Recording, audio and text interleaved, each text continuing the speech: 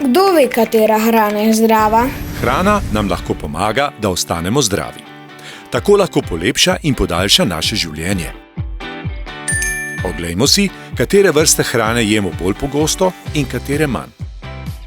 Če 5-krat na dan jemo zelenjavo in sadje, precej zmanjšamo tveganje za različne bolezni.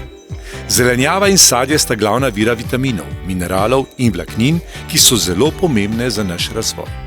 Zelo pomembni so tudi ogljikovi hidrati, ki so predvsem sestavni del kruha, riža, kaš, testenin in krompirja. So naš glavni vir energije. Izbirajmo polnozrnata živila.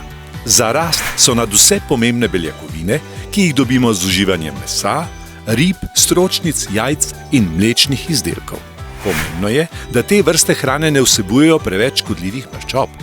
Za žejo izberimo vodo. Izogibajmo se sladkim pijačam. Zakaj je uravnovešena prehrana tako pomembna? Ker nam poleg zdravja omogoča tudi lažje učenje, boljše spanje in pomaga, da smo veseli in dobre volje.